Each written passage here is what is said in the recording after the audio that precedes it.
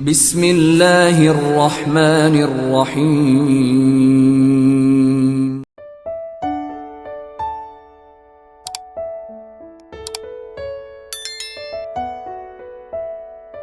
Bismillah, assalamualaikum warahmatullahi wabarakatuh.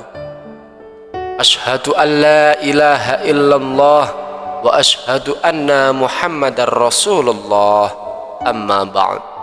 Alhamdulillahi rabbil alamin. Puji syukur kita panjatkan kepada Allah subhanahu wa ta'ala yang telah memberikan kita kesempatan untuk senantiasa belajar tentang agama Islam, dan mudah-mudahan kita bisa menjadi umat yang diridhoinya. Amin ya Allah ya rabbal alamin. Allahumma sholli ala sayyidina Muhammad wa ala ali sayyidina Muhammad. Salawat beriring salamnya Allah terus tercurah limpahkan kepada junjungan kita baginda Nabi Agung Muhammad sallallahu alaihi wasallam, dan mudah-mudahan kita kelak menjadi umat beliau yang mendapatkan syafaat dan pertolongannya. Amin ya Allah ya rabbal alamin. Para sahabatku yang dimuliakan Allah subhanahu wa ta'ala, pada kesempatan kali ini kita akan membahas tema yang sangat penting dan perlu kita renungkan bersama, yaitu tentang 5 orang yang tidak akan mendapatkan syafaat Rasulullah sallallahu alaihi wasallam. Syafaat adalah intervensi yang akan diberikan oleh Rasulullah kepada umatnya di hari kiamat sebagai bentuk kasih dan sayang dan rahmat dari Allah subhanahu wa ta'ala. Namun ada beberapa golongan yang akan terhalang dari mendapatkan syafaat tersebut. Mari kita simak penjelasan mengenai 5 golongan tersebut. Yang pertama, orang musyrik. Hadirin yang dirahmati Allah, orang pertama yang tidak akan mendapatkan syafaat Rasulullah adalah musyrikin, yaitu orang-orang yang menyekutukan Allah subhanahu wa ta'ala. Di dalam Al-Quran Allah berfirman, sesungguhnya Allah tidak mengampuni dosa syirik, dan Dia mengampuni dosa selain syirik bagi siapa yang Dia kehendaki.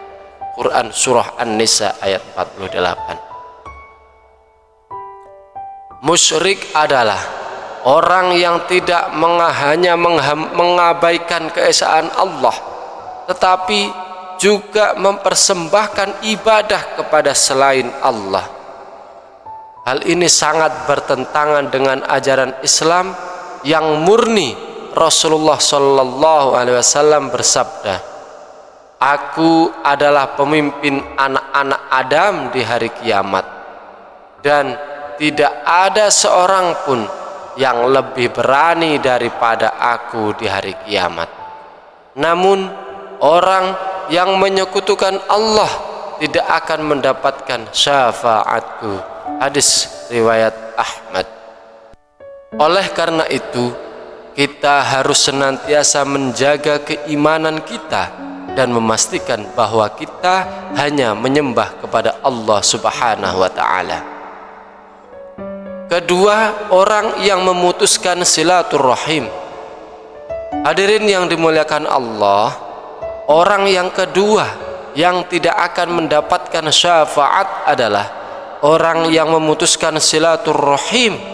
Silaturrahim adalah salah satu amalan yang sangat dianjurkan dalam Islam. Rasulullah sallallahu alaihi wasallam bersabda, tidak akan masuk surga orang yang memutuskan silaturrahim. Hadis riwayah Bukhari. Memutuskan silaturrahim berarti tidak menjaga hubungan baik dengan keluarga, dengan teman dan saudara.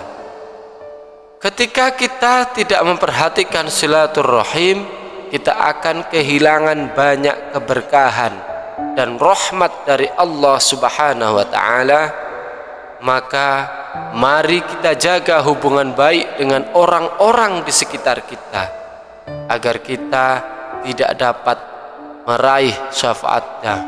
Maka mari kita jaga hubungan baik dengan orang-orang di sekitar kita agar kita dapat meraih syafaat Rasulullah sallallahu alaihi wasallam.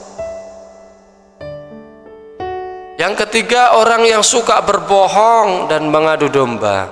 Hadirin yang muliakan oleh Allah Subhanahu wa taala, orang yang ketiga adalah orang yang suka berbohong dan mengadu domba.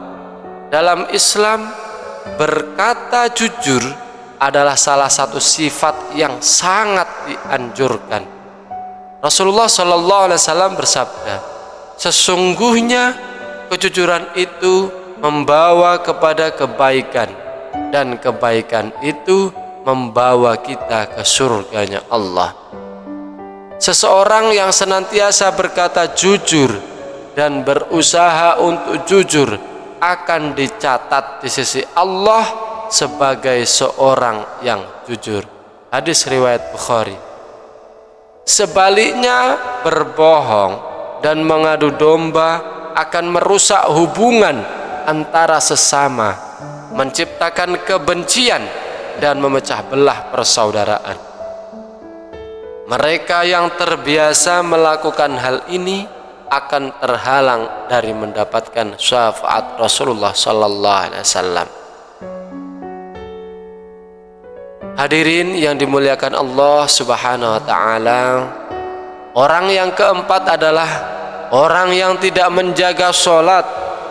Sholat adalah tiangnya agama dan merupakan kewajiban utama bagi setiap muslim.